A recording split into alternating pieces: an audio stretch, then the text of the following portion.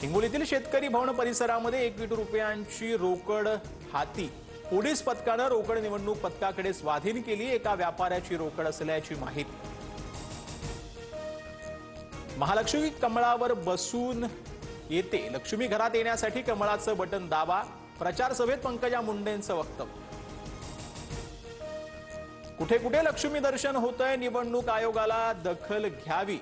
गुलाबरावांच्या 1 तारखेला लक्ष्मी येणार या वक्तव्यावरून संजय राऊतांचा हल्लाबोल, तर शिंदे गटाचा कोथळा शहा बाहेर काढणार, संजय राऊतांची टीका।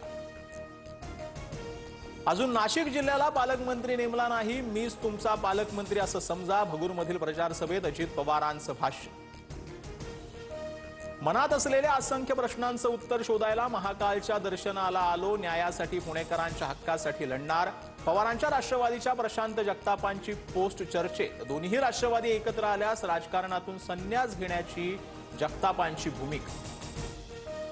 नृत्यांगना गौतमी पाटीलकडून काँग्रेस उमेदवाराचा प्रचार। चंद्रपूरच्या मूल शहरात गौतमीचा भव्य रोड शो, नागरिकांसह कार्यकर्त्यांची मोठ्या संख्येने उपस्थिती।